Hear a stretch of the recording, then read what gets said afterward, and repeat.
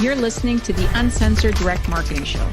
This show is designed for direct response marketers who want raw, unfiltered conversion tips and secrets to scale their offers profitably to reach their next million. I'm Maria Sparagis. I'm the founder of Direct Paint It and your host. Now let's dive in. Welcome to another episode of Uncensored Direct Marketing. Today, I have a very special guest. We're going to be talking about ads, native ads, and a different part of direct response business. We focused quite a few episodes on copywriting and putting together an offer. And I have today Eli Cohen, who's going to help us learn a little bit about native ads and how to promote your offer once it's launched. So thank you so much, Eli, for hopping on my show. And I'm very excited to talk to you. So I will tell our audience that we met through the Direct Response Marketers Group. So I guess shout out to Dee for putting that group together and connecting all these different people in the space. So, I mean, Eli, I don't know you very well, but we did connect because I saw a couple of your posts and I was interested in doing a couple of episodes on my podcast on ads, native ads, and all kinds of different types of advertising. So I put out a call to Eli and Eli said, yes, I will be on my show. So I'm really excited to have you on. Can you tell us a little bit, just about your path, what you're working on and how you got into buying ads? Yeah, for sure. Well, first off, thanks for having me on. It's really awesome. This is my first type of interview of any kind. So it's kind of cool. I feel a little proud about You're going to do great. Yeah. I feel proud about my career and my accomplishments so far. And if I'm a little nervous, I'll probably start out a little nervous and then I'll get more comfortable as we go. So buying ads in media, like if you look at copy is a sales multiplier. And then if you look at media with whatever channel that is, you can think of that as more of a sales driver, right? And they go hand in hand. If someone specializes in writing copy, you want to get as many eyeballs to that copy as you possibly can. And that's where buying ads and buying media comes in. So my start is, I learned about internet marketing and online advertising like 10 years ago, actually. I'm 27 now. So in high school, junior year of high school, I was browsing internet forums because I was like kind of a computer nerd and figured that there had to be some other type of way to have a career and make money besides like college and then corporate and then work 40 years and then retire. Like that to me was my idea of like what I wanted to do with my life wasn't congruent with, being in that part of the system. Maybe it's for other people. Personally, for me, like I just can't, I don't fit. So that was 10 years ago and it's just like planting the seed in my mind. And then I had tried like a lot of different kinds of ventures, like eBay, flipping, hustles, like building websites for people, doing like pretty much like hustling, like any which way to Sunday. And then when I went to college, I had one business that was like an e-com business, did well for a little while and then like flopped. And then after that, I was like, okay, you know what? Like, let's just figure out this online marketing stuff and go full on with media buying. And I took a couple of courses on native ads. And this was like 2016, 2017. One of them was from a guy named James Van Elswick. So I want to name drop him because he's awesome. So I learned how to buy media on native. And for native, all native ads is it's native content, right? So native ads are like, they're pretty much like sponsored content on news articles and different websites that you see online, but also the big platforms, their ads are transitioning over to native ad units because native ads, they just don't look like an ad, right? It looks like content. If you look at like on Forbes or CNN or something that has sponsored content below an article, and you have these weird images with headlines and like funny stuff like eat this one weird fruit to, clear your bowels or something like that, right? So these ads get like millions and millions and millions of impressions. And this is like very high quality traffic. And so my lane was buying media for clients while in college. And some of those clients were like more e-com style. And then over time, I started breaking more into like the DR space. And that's kind of been like my career come up is direct response media buyer for native. Okay, that's cool. So you've really focused on native. Like, have you ever had a chance to test out like Facebook or YouTube traffic or any other traffics? Or why did you choose the lane, I guess, of native? Yeah, I think native is fun to me. Also, it's a little bit more direct response friendly. Facebook, they have their compliance policies, and it's like a beast in itself. And Facebook is great for like VSLs to e-com offers and e-com pages. Also, Facebook, it can get very expensive, especially during Q4 when everybody's buying like ads in the same ad spot, the mobile newsfeed ad, their inventory gets sold out. So there's that. Also, YouTube. I haven't run much YouTube, but I definitely want to test it. They have a lot of interesting placements. So as a media buyer, I'm not married to one traffic source. I'll test anything that converts. It's pretty much just like, where do you want to put your eggs, in one basket or multiple baskets, right? Yeah. And as a media buyer, I think this is one of your questions that we can just jump to it. As a media buyer, I think it's really good to not view yourself as like a jack of all trades, because it's impossible. It's impossible to be expert at Facebook and YouTube and Facebook and Google AdWords. There's so many intricacies for each. And what I like doing is just focusing in one lane. And also while you're building media buying, while you're building your skills, you're building your relationship with the traffic sources and your relationship with your clients. And now I have people that they reach out to me, I make referrals. So that's kind of been the lane that I chose. And it just sort of worked out. I never really planned it. Yeah. That's usually what happens. I mean, even in my career, it just happened. I never said, I want to grow up and sell merchant accounts. You just you just kind of do a couple of things and you're like, oh, well, this is working. Let me just kind of focus on there.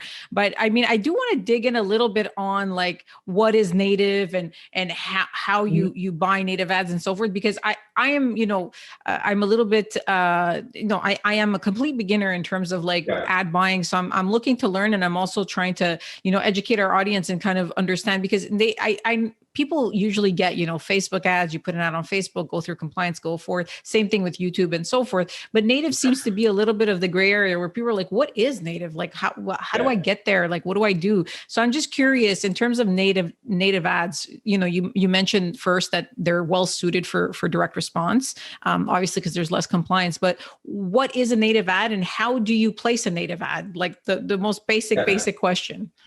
Yeah, for sure. Also, like on the compliance side, you definitely still like the networks, the native ad networks, they have their compliance policies. So I'm not saying like it's like a wide open season for DR. It's just different. Yes. They have editorial and content policies. So it's just different. And then, so like native 101 is basically native ads are just content that is native to the structure of a web property, a mobile website, a desktop website, a news site, a blog. It could be anything. And over the past few years, over the past, 10 years or so, native is not new. Like it's been around for a while. And publishers, so for the rest of the conversation, like a publisher will just use a website. Websites, like their revenues have been declining, right? If you look at a lot of the media outlets, a lot of the print media outlets, and a lot of these different companies, their digital revenue has replaced their subscription revenue for newspapers or print or whatever, right? So they want to generate as much revenue as they can per impressions. And that's where the native networks come in. The native networks, the big ones are Taboola and Outbrain, both Israeli companies. And there's other native networks as well. And all native is these networks, they own their software that delivers ads to thousands and thousands of different websites at a given time. Okay. Yeah. And that's the way it works. And then if you're a media buyer or if you're an offer owner and you want to run native traffic, you contact one of these traffic sources, and then you can set up a campaign similar to how you would set up a campaign on Facebook or Google AdWords or YouTube. There's a self-service dashboard, and you have an ad campaign. And then within the ad campaign are your ad creatives. And the ad creatives are images and headlines that you want to combine together. And then you can optimize, if you want me to totally break down how to launch and optimize and campaigns and stuff like that, we certainly can. I don't know how in depth you want to go. Well, I mean, this gave me a good insight, and we'll dig in a little bit more as we go in the episode, because I have some other questions. But I am curious as to the structure of the ad. So not to get super deep, because I know there's a lot of people that are listening that some people have health supplements, some people have biz ops and stuff like that. Just kind of a general overview of I know that what I see on Facebook, and I started looking at native because I was curious. I hear it a lot from the DR people that we work with is native ads and so forth. So I started looking at it, and I did notice myself is like Facebook actually looks more like an ad. Like when I see a Facebook ad, it looks like an ad. I find native, like you said, it's more like newsy. It's more like, I don't know if I could use the word like clickbaity. It's a little bit more like top 10 things that get rid of a zit. And you're like, oh shit, like I have a zit. Let me see if I can, so it kind of gets you there. And obviously at the end, it sells you a product. But is that, is that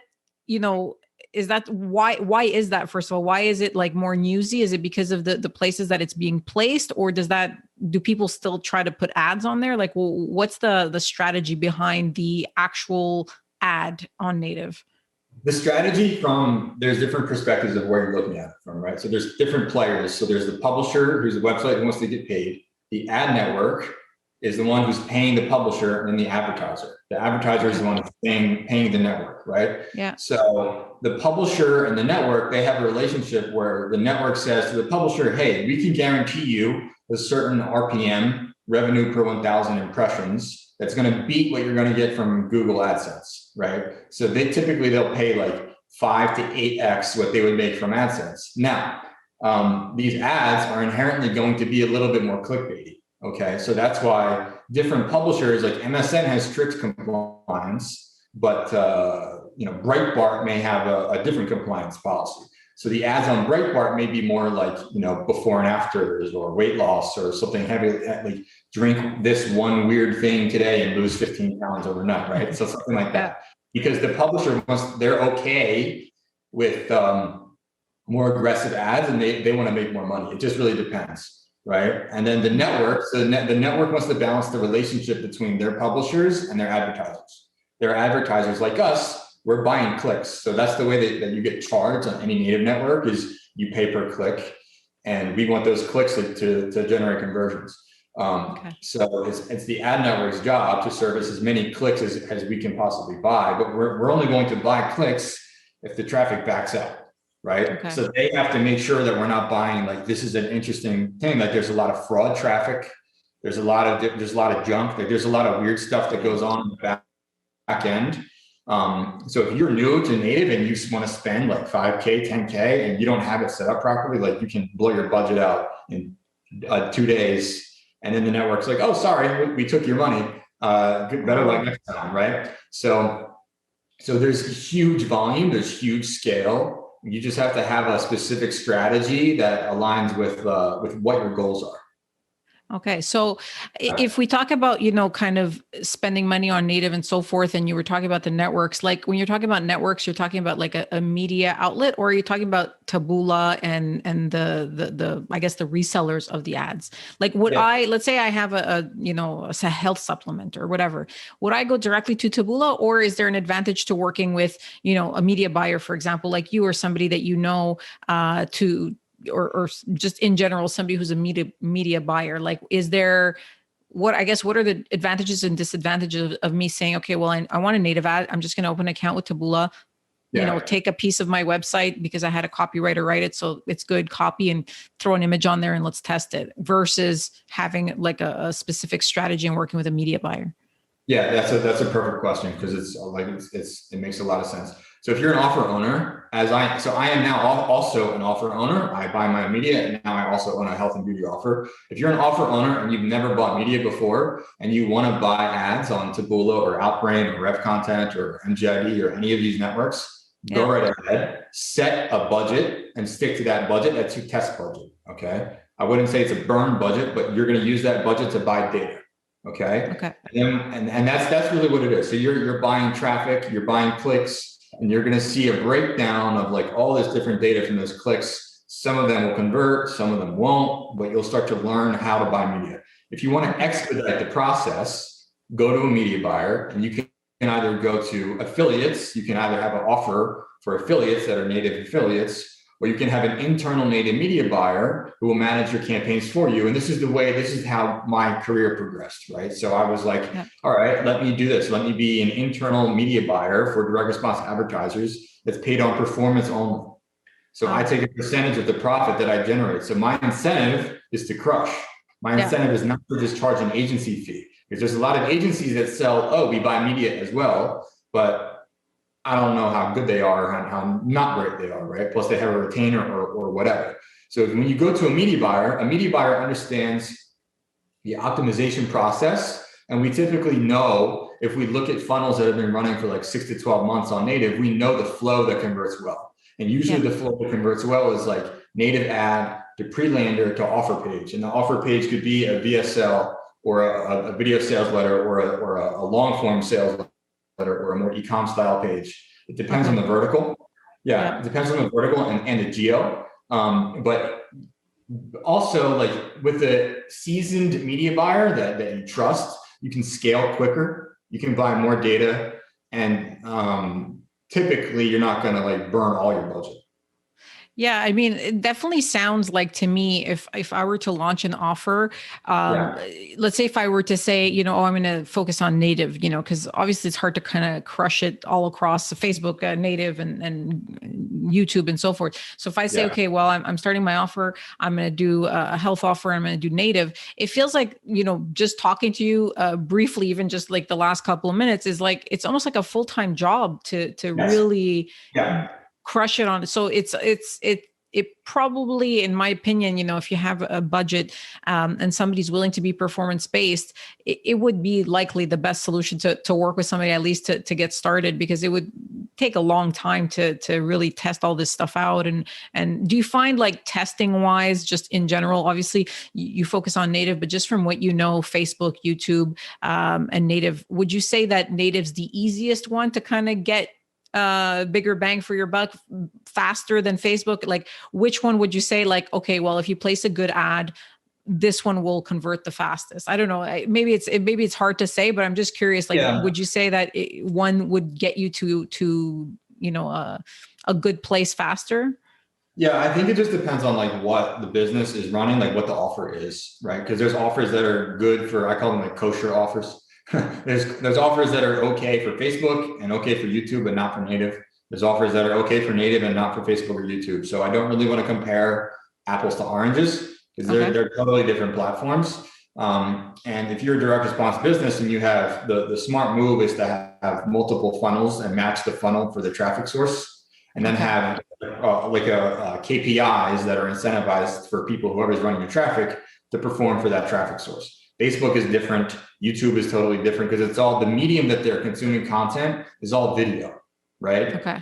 And native ads are typically image and text. They are rolling out like in feed video units, but these video units do look like advertisements, right? So if your advertorial, if your sales page doesn't look like, if you study like the old school direct response sales letters, the ads, the sales letters don't look like an ad. It looks like a letter written to somebody, right? Like the original Wall Street Journal sales letter, like the Tale of Two Men, or I forget the exact title of it, but it's one of my favorite like old school direct response sales pieces. It looks like a letter, right? And a lot of the really strong native offers, the sales pages, and some of the VSLs, they don't look like ads. So their guard is down.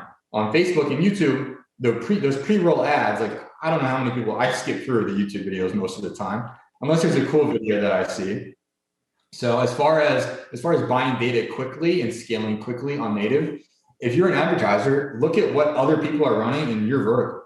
If you're weight loss, or if you're like, I mean, a big one is like fungus, or like male enhancement, or, these offers still convert on native. Dating converts, app installs convert. Even CBD is big now as well. So I would really just look at what else is running and then match your offer to be similar to that variant or that version. Okay. So, I mean, whatever the lesson that I get here is that your offer can work on all three, but you need to have a different strategy for all three. Like a native ad will have a different strategy and so forth. Do you find that native ads are for a more like an older crowd? Like, I get the impression that it's like more, like people who are on like MSN are not necessarily, the youngest, the spring chicken. Like, I mean, I used to use MSN Messenger like in 2006 or something, and everybody just kind of got off of it. But I feel like when I listen to you, I feel like native is for 50 plus. Is that usually what you think, or what you see? all demographics are being served these ads and these impressions, but after buying media for 4 or 5 years now and looking at a breakdown and then being able to like read reports and like pull user data on different like gender and age, it skews over. It skews over. Okay. Especially like if someone wants a tip, like MSN desktop converts really well for VSLs if they want to test that. So get that nice. in where you can. Okay. Yeah. You heard it here first, guys. You heard it here first. Yeah. So I mean, it's not a cheap placement either, but when you can dial it in, like you can really scale. okay. So it typically skews to baby boomers, really. But everyone is looking at articles on their phone about the latest political news about whatever. So I'm guilty. Sometimes I get suckered into these like top 10 things you can eat in the morning to have a flat belly. And we've read like a million of them, but you're like, let me read one more, see what happens. And then you get targeted for that stuff. So do you find that in terms of targeting, like talking about, we're talking about age and stuff like that, in terms of like targeting your audience for your ad, like I know Facebook, you can get so granular, you can like drill it down to like who's his cousin kind of thing. With native, what kind of targeting can you get? Yeah, it depends on the network. It really depends on the network. Also, you can set targeting settings in the campaign. When you create the campaign, you can target like age demographic. You can target like there's all these third-party data providers for Taboola and Outbrain where you can target people who are like smart shoppers or have an affinity for health or stuff like that. Okay. You can test that. Typically, you can certainly test that, and it can work. It just depends on how you have things set up. But I typically just turn that off, and I usually qualify the prospect with the ad. That's usually how. Yeah. So you cookie them basically, and you just follow them around. Is that it, or kind of retarget? You can definitely do retargeting campaigns. You can also share audiences between different traffic sources for your different retargeting campaigns, which is another tip. If you use like a third-party retargeting network, you can retarget your audience from native. And you can retarget them with ads on like Facebook and YouTube and Google Display, like all around the ecosystem. It's a smart way of doing it. And also for people who can implement this, for your retargeting campaign, set up a separate funnel and split test your funnel. Okay. So like basically you retarget your, like if somebody lands on your native ad, you retarget them on Facebook, on YouTube or whatever, but you create a separate ad. You're saying like, don't retarget them with the same stuff. Is that what you're?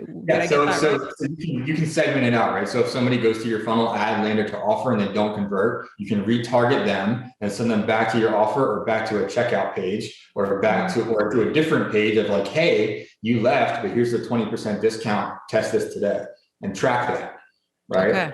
Yeah, and you can do that you can do that through the whole funnel. You can do like from people that just clicked add to lander and then didn't go to the offer page. You can set them as a different segment and then send them to you can send them directly to the offer page if you want. Our retargeting campaigns for me have always been like, it's like free money pretty much. I feel the same. I hear, I'm studying ads and I'm studying a lot of, this just pure interest and obviously for the podcast and different things that I'm doing. And I'm like, to me, the money is retargeting. If somebody sees your ad and, it's kind of the old adage, it takes like 7 times for somebody to see you to start trusting you, even though there's nothing different from the first ad to the last ad. I feel like you said, it's once somebody sees you 3 or 4 or 5, 6 times, it starts getting into their head. And then, you're probably getting a much more qualified buyer than just, randomly getting new traffic. But that's really interesting, retargeting people from native to go to Facebook. And then with Facebook, I guess you can get more data also from Facebook. So you really get to know that person that's coming into your funnel and so forth. When we're talking, I want to just one last question on this like whole targeting topic, because this is selfishness. I'm purely curious about this, but when you say like you can target, through the different ad networks, these ad networks like Taboola and all the different big ones, like they have limited amount of data other than like, I guess you're like, because Facebook will know how old you are, where you went to high school, what you did, where you work, all this stuff. But how does Taboola and all these other networks, other than, because to me, before I spoke with you and before I started getting into this, I thought that native ads were almost like a TV ad. It's on and it's just on, you know what I mean? Like I could be watching TV and it's like adult diapers. Well, obviously it's not targeted to me, but like, it's just there. So I figured that native was very similar. You just kind of put something up there and, it just shows up. But you're saying you can actually dig in to like a target, but how do they get that information? I know this is a bit of a technical question. I don't fly totally by fine. it, but I'm curious. Yeah. So when you set your campaign, depending on the objective, if you're looking for conversions or if you're looking for website visits or app installs, these native networks, like they're pretty smart. So they have algorithms built and developed where they serve certain types of ads per media property. So they know like the demographic breakdown from that media property. Okay. And that media property shares that information with them. So if you're on like, I don't know, some type of Huffington Post or something like that, and you're a female, then the algorithm for Taboola and Outbrain, they use AI. They're really smart. They're really smart. These guys are like high level computer data analysts and scientists and like way beyond my knowledge level of computer science. But they'll match your content to the right audience, and they also have like performance lists of publishers. So if you're a DR advertiser, if you own a health supplement or anything. Also, here's another point: native is not only for DR. Native content is perfect for any brand, any direct to consumer e-commerce brand, or any kind of brand that wants more users, right? Because people they're used to consuming content, and if your content is informative and can help them like solve a need or a product, they'll sign up. Whether that's like buying a mattress, like one of these Casper or one of these direct to consumer companies, right? So this is where like a lot of spend is transitioning over to native, and every platform is coming out with native ads because this is native content that you can promote. And that's really what it is. Like that's where the internet is just content consumption. Like this podcast, which is awesome, by the way, is content consumption. Yeah, right. And then Facebook is all user-generated content consumption. And native is just you're amplifying pieces of content. And for the DR people, we just want that to convert. But for other advertisers, they may have different goals. No, that's super interesting. So basically you're targeting through the demographic data of each of the platforms, which is really great because I was under the impression that there was not much targeting. You just, it's almost like you just put it on there and you say, okay, I want something more liberal or something more, right wing or whatever the case is. So that's super interesting. I'm curious about, just the actual media or the actual ad that you're placing. And, we had a quick discussion. I'm not going to get into it, but you were mentioning about copywriting and media buying kind of being tied in. So how would you say, would you say that, let's say a copywriter is kind of getting started. I had Stefan Georgi on my podcast a couple of weeks ago, and he was saying, we were talking about copywriting, email copywriting and long form, and then all the different types of copywriting. Would you say that media buying is almost like a form of copywriting? Like if you're a good copywriter, you might be able to translate it into like good media copy, I guess? Yeah. So Stefan is a good friend of mine. We don't live far from each other here in Vegas. And so being a good media buyer inherently means that you have to be a good copywriter. Okay. Because as a media buyer, you're telling stories. Right. And as a copywriter, you're also telling stories, but as a media buyer, you get to test your copy immediately. And whether your campaign is working well with the story that you tell, right? And the entry point is image and headline. Your headline is a huge piece of that. If you look at Taboola and Outbrain, they send out quarterly statistic reports of like what element of the ad generates a higher CTR. And sometimes, depending on the ad, it's the headline.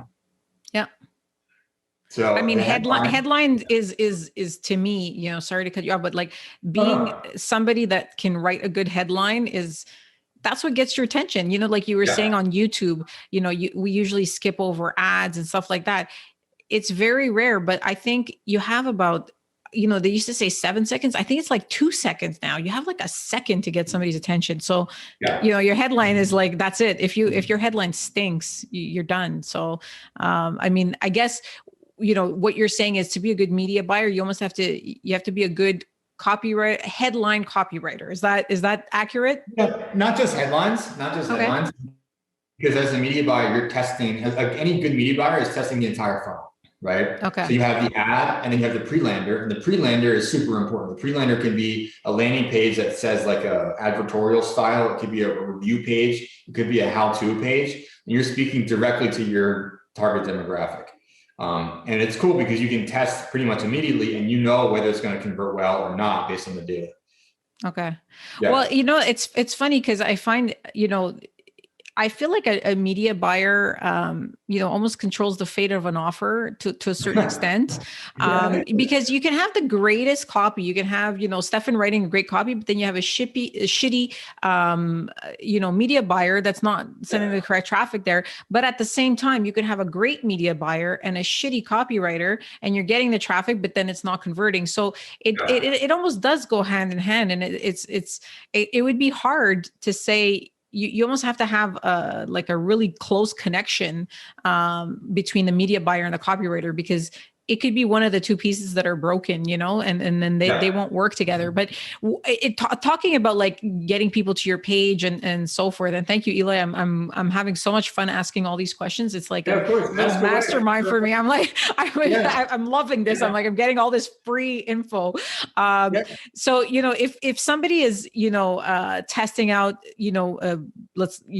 native ads, when you said if it works quickly or if it's flops quickly, like how long do you give it, and what is the metric that you look for to say this is a dud, or this needs to be reworked, or this we can try retargeting campaign? Like, how do you decide what's good? Are you the type of media buyer that tries to have, like, would you buy ads even though it generated a loss, like it was, a loss, and then try to tweak it? Or after, like, I don't know, 2 days or whatever the case is, you say, okay, well, we're at a loss, so let's cut it off and try another ad? Like, what's the process with that? Yeah. Okay. So there's a few moving pieces there. First, as a media buyer, most campaigns you run are not going to be profitable. That's just the way it goes. Okay. You're testing different combinations. There's so many different combinations. You don't know what's going to convert and what's not going to convert. Also, to be a really good media buyer, you need to run an offer that converts. And the offers that convert well on native have broad appeal. Anything weight loss, vision, diet, dating, anything where it's like, here's the immediate benefit, because that's all people really care about. Especially with the target demographic on native being baby boomers, they're so inundated with ads all the time that if you don't grab their attention, and sell them and hook them, they're gone.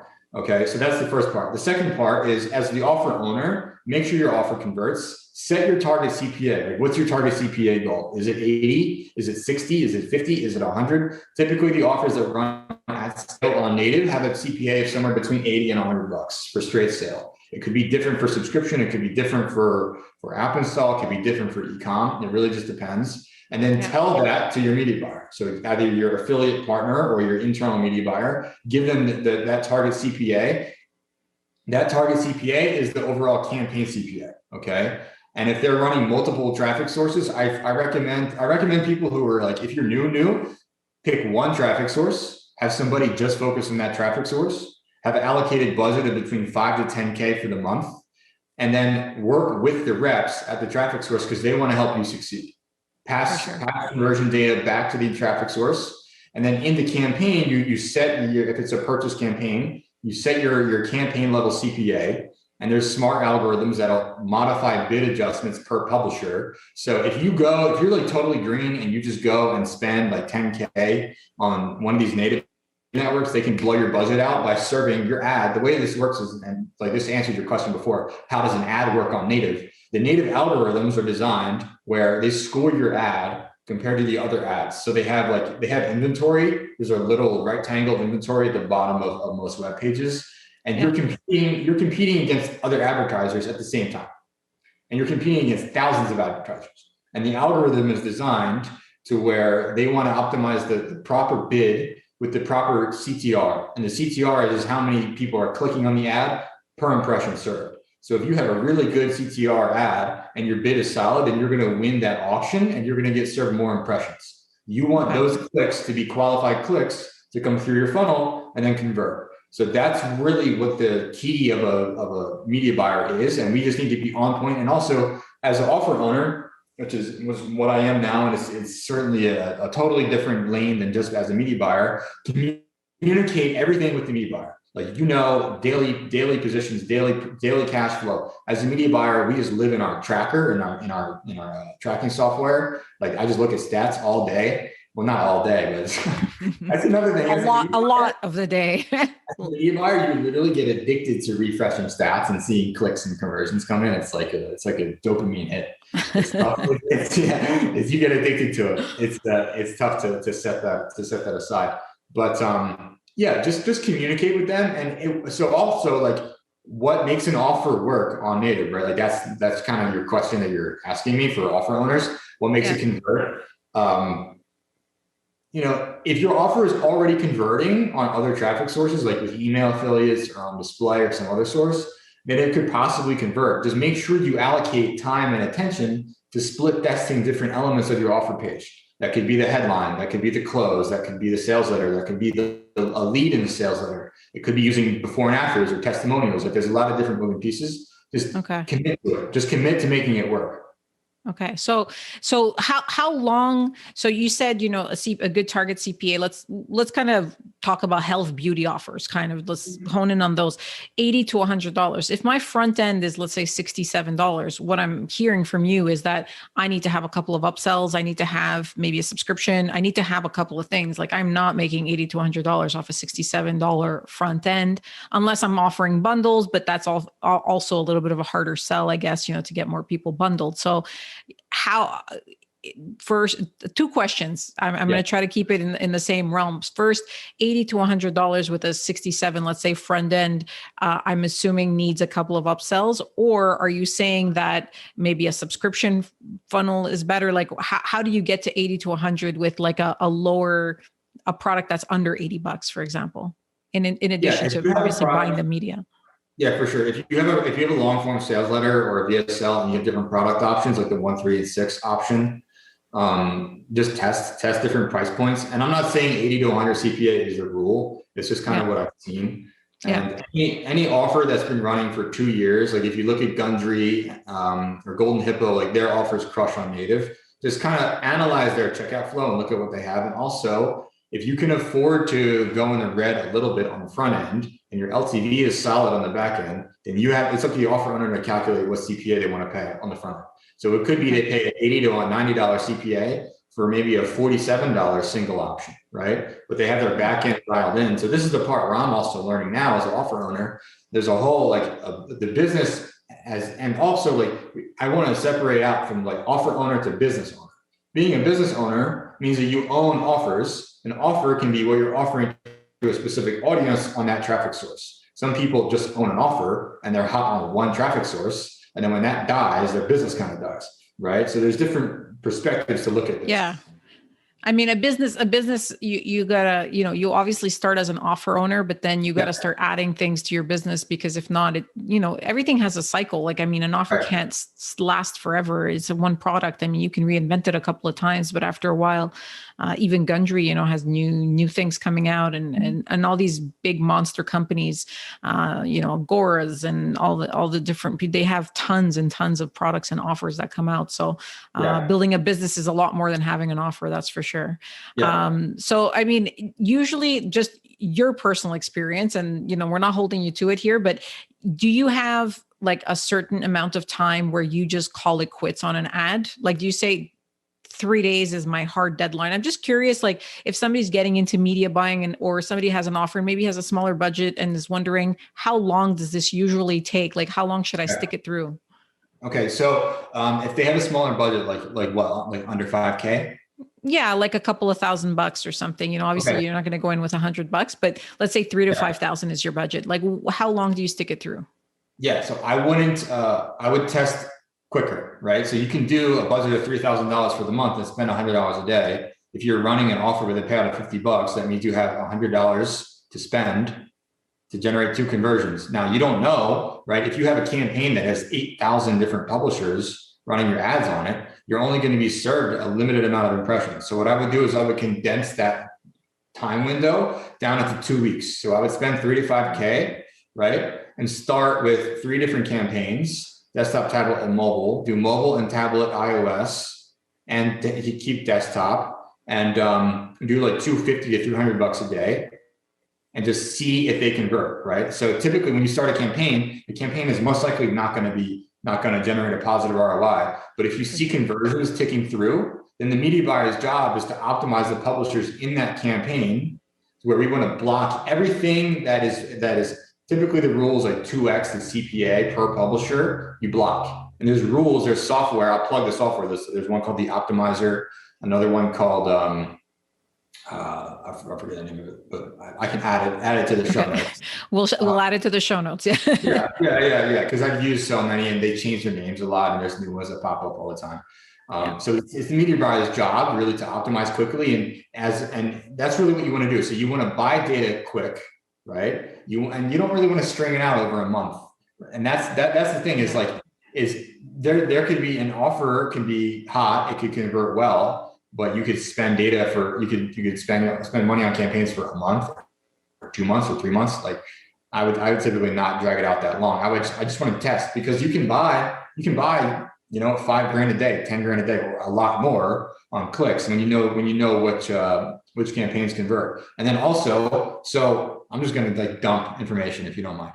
No, I love it. I'm learning, because I mean, a lot of people have like 3,000 to 5,000. It's not a nothing budget, but it's like, I've tried something like I did an ad on Facebook, and I didn't know where, obviously we're not a consumer product. So it was like the targeting had to be really specific. And I went with 5,000 over a month, and I was waiting on data, and it actually never converted. And I was like 3 weeks later, I was like, well, this stinks. Like, just turn it off. Like, this is stupid. So I'm happy to hear that you said like get the data in a shorter period of time. Would you even do it in like 1 week? If you had, let's say 5K, would you say just put it all 1 week, split it over 1 week, or is that too fast?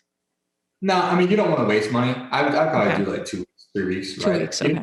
Yeah, you don't want to waste money. And optimizing on Facebook is different because there's like pixels and like smart algorithms and all this different stuff and like also different audiences and audience interest overlapping and all these different things on Facebook. Facebook's an art in itself. And on native, so pretty much on native, let's say you have a 5K budget, right? If you spend 5K and you make back 2,500, that means that your campaigns have promise, right? Oh, wow. Okay. Yeah. So if you're negative 50% ROI, that means that hey, that's a good sign. I like that. I'm cool with that. Every campaign I've ever run that has done well didn't start out profitably, right? If you spend $100 and you make back 50, okay, cool, right? So the media buyer's job, and this is what you're buying as the advertiser, is you're buying data per publisher, and it's the media buyer's job to update the campaign. There's tools that allow you to do this. There's widget optimization tools and rules you can set where per campaign, you're probably going to have like a handful of publishers that convert really well. And then if your overall campaign CPA is say like 60 or 70 bucks, some of the publishers in that campaign with a specific ad landing page offer combination will generate conversions at 50% of your target CPA. So you could get conversions for 25 bucks, 30 bucks or less, right?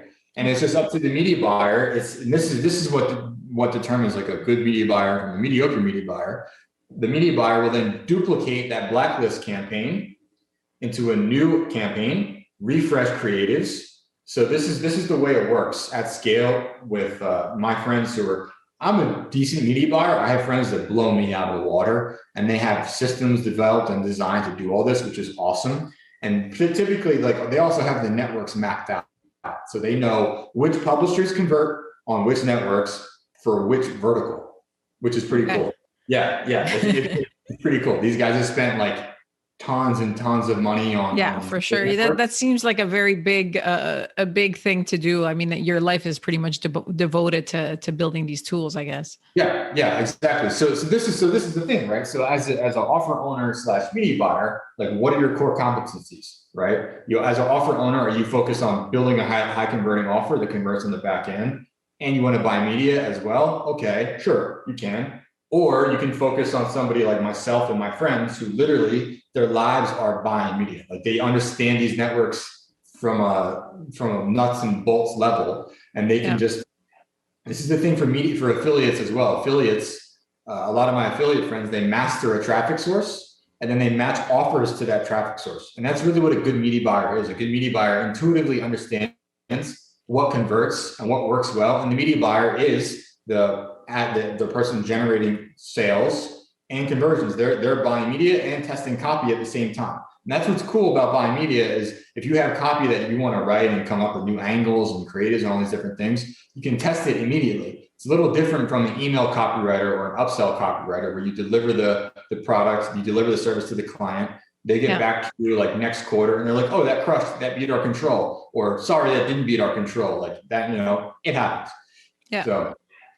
So, I mean, in terms of, working with a media buyer, like when people are working with media buyers, how do you guys, like, do you guys usually, or you specifically, and just, obviously you're in a network of this like cloud of media buyers that, all these people, do people usually take like a percentage? Do they like, is it like a fee plus a percentage? Like what would somebody expect in terms of cost or remuneration, paying somebody that's doing media buying? Yeah.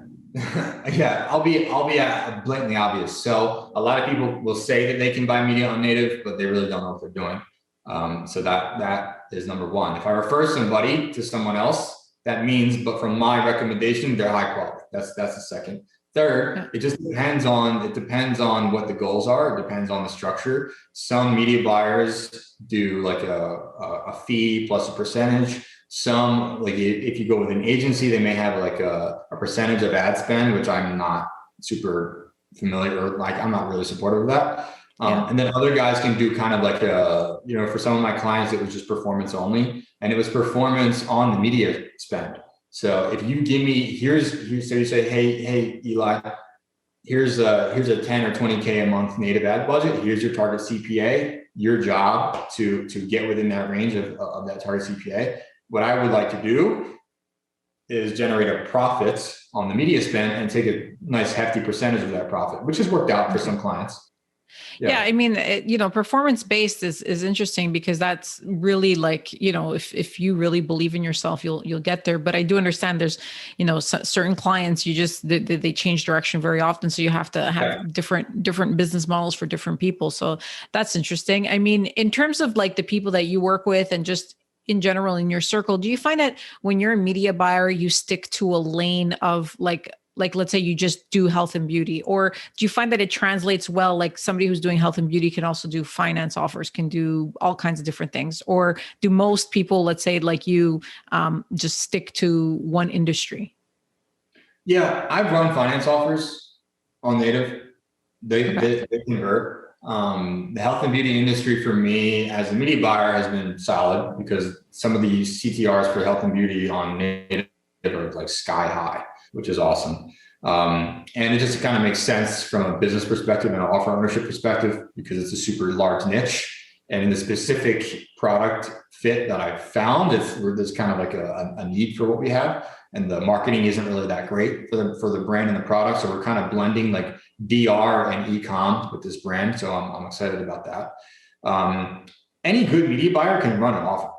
If the offer converts, a media buyer can crush it. It just has to be a converting offer. So it could be like a lot of big offers right now in finance are these crypto offers, which are gray hat, I would say, but they convert really well. Convert really well. Also, there's smaller known native networks that only do financial. Okay. Yeah. So more like the newsy sites, I guess, or they kind of like Bloomberg or whatever. Yeah, there's Bloomberg. There's also native ad networks that are also, they're advertisers and they're publishers. So if you go on some of these Money CNN and some of these portals, there's one called like Dianomi or Dianomi or something like that. And they have their own ad unit. They serve their own campaigns and they have deals directly with, brokerage houses and investment firms and wealth advisory management services and all that stuff. Because like we mentioned earlier, the demographic skews to older people. And if you've been working for 40 or 50 years, if you're a doctor or a lawyer or whatever, you have your money stocked away in an investment account and you want to check where your performance is today and you see some ad like, hey, generate 7 million% returns with this crypto fund. Like, go ahead and sign up today. No risk. No financial advice, guys. We're just talking. We're just talking.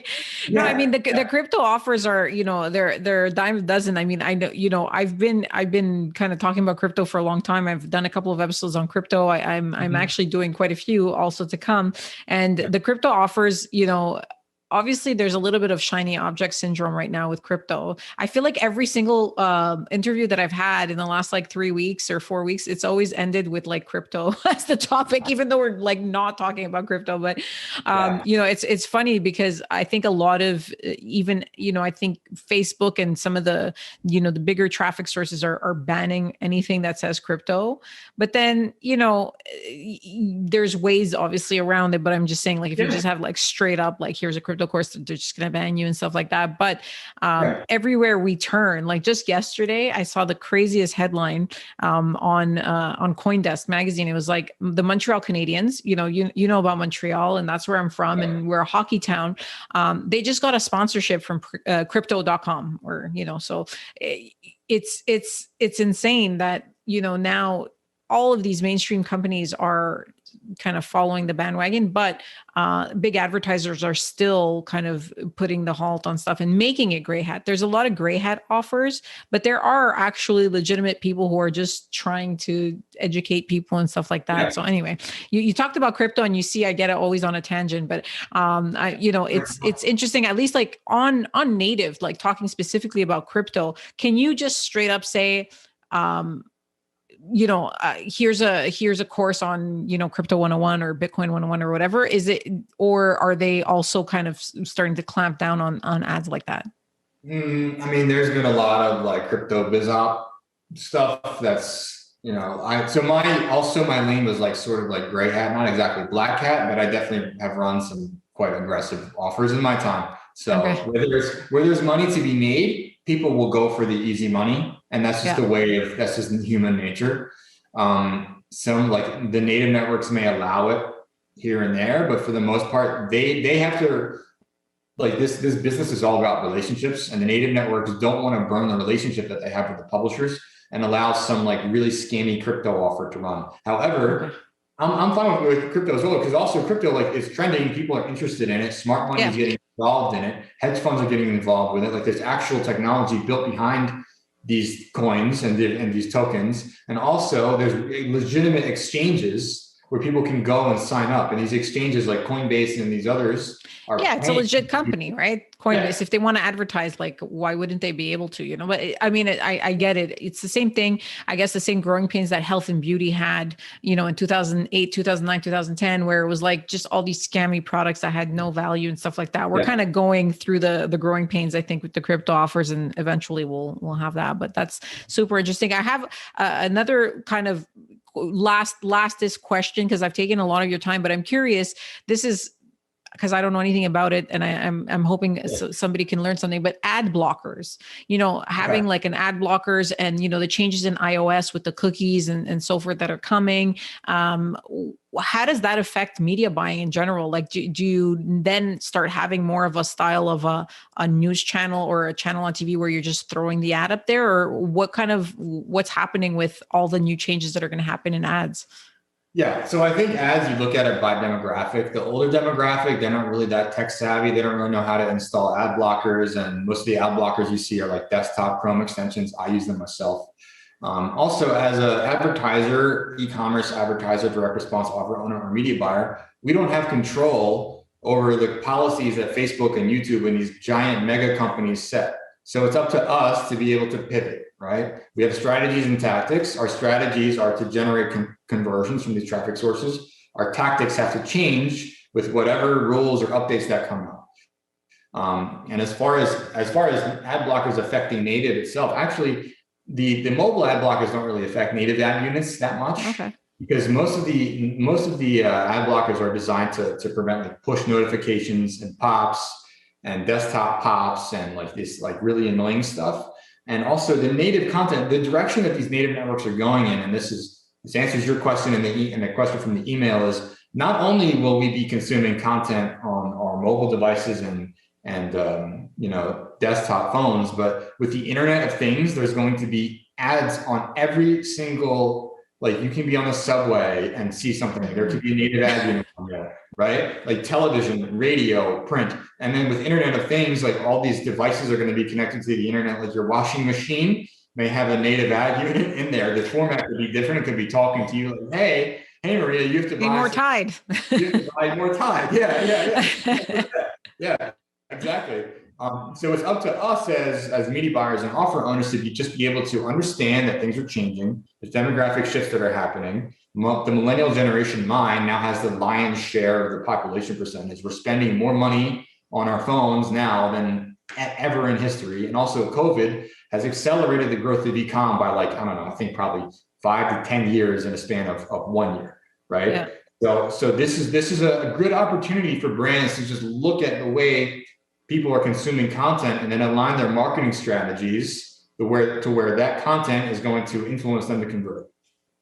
So do you think, okay, so that's, for ad blockers, I get that maybe native is not necessarily too much affected, but like the iOS, do not track and stuff like that. Like, how is that going to affect? Because I mean, if you can't, like, retargeting to me, it seems like almost it's dead if this happens, right? Because I'm not gonna, like, obviously I'm not a baby boomer or anything. So, but I'm not going to, a lot of people will say, I've instructed my parents and just older people that I know, every time something pops up, just say no.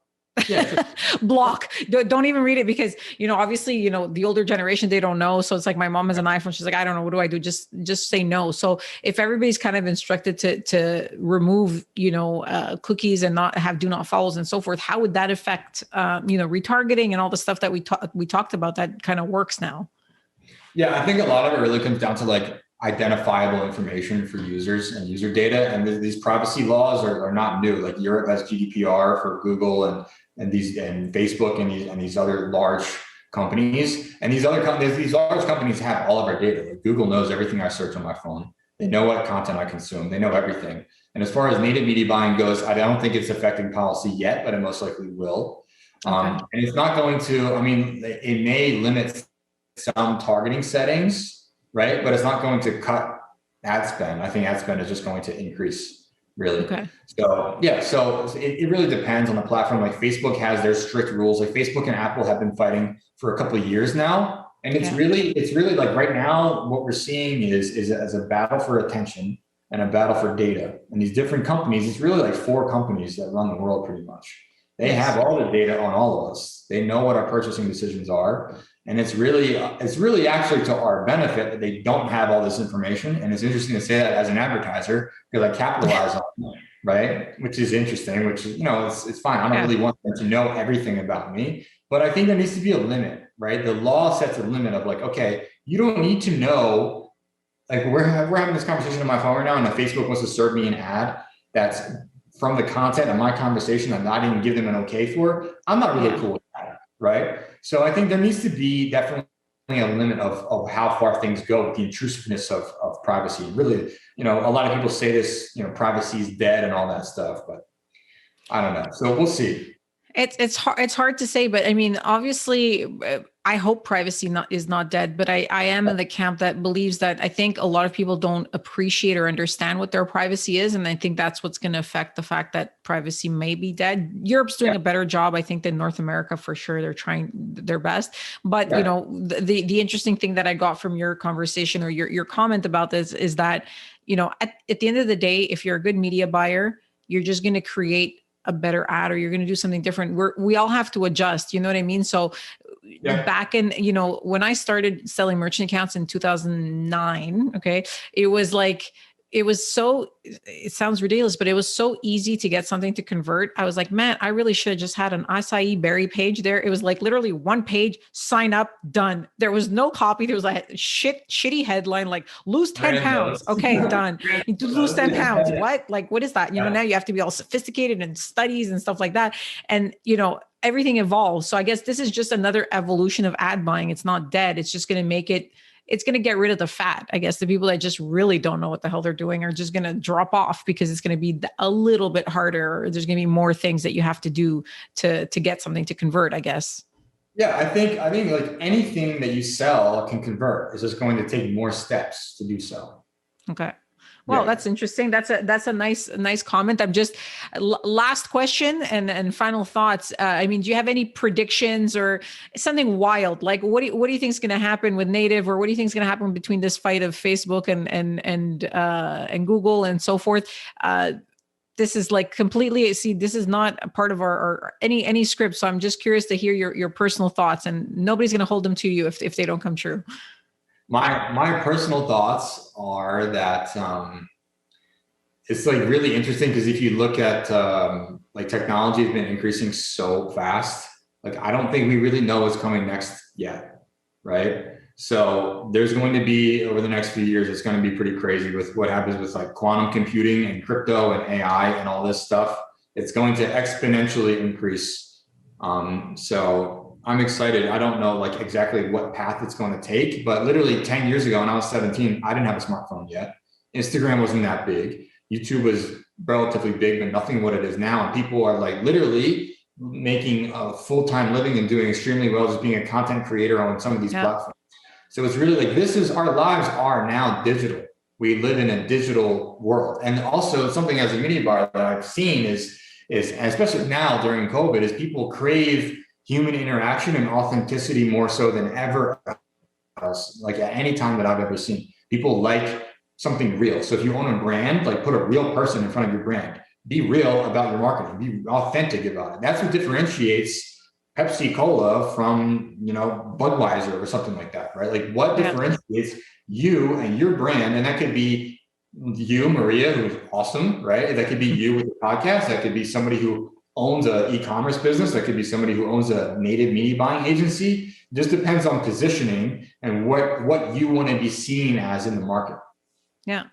Well, that's very good. And I mean, at the end of the day, even though we're so technologically advanced, what you're saying is it comes down to branding and somebody identifying like, why do you want to work with me? Why does somebody want to work with you? It's because at the end of the day, you're like, well, I can work with a whole bunch of people who buy media, but I like Eli, and that's going to be my decision. So, the lesson of the day is, although we're using technology for everything and everybody's life is being digital, it still comes back to the personal relationships and how you can, address somebody and make them feel comfortable with you. So thank you so much, Eli. This was a fantastic conversation. You've taught me so much about native and just ads and so forth. It was pretty interesting. I know that it's a little bit of a beginner type of talk for you, but I hope I'm comfortable with it. Yeah, I've been explaining what I do to people who know nothing for like years now, years. So I'm comfortable with it. I'm totally cool with it. It was awesome. And that's how we connected, because you were explaining something on a group and I was like, oh, that's interesting. I need to contact him because I need to know more about this native. So thank you, Eli, and have yourself a great day, and we'll be in touch very soon. Thanks for all the information. Thank you. Thank you so much. Thank you. Bye-bye. Hope you found today's session valuable. If you have any questions for me or just want to connect, please feel free to visit my website, mariasparagis.com. That's MariaSparagis.com.